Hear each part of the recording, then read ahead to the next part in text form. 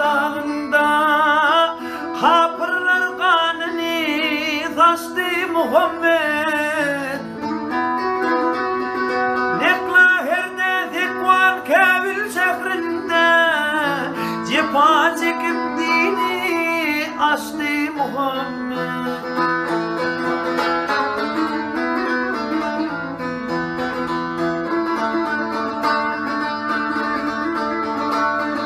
Aşıklar baş bulma ısra minende Tuğra nazar gelip dağlar yanında.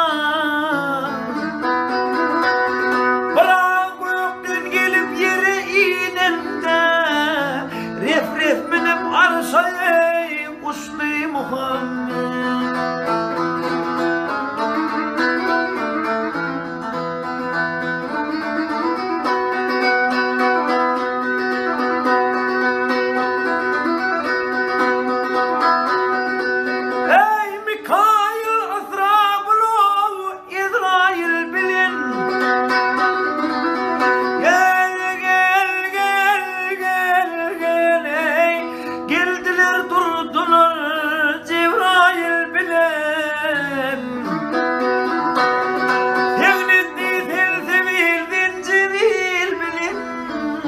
Kevser arığından o içti Muhammed.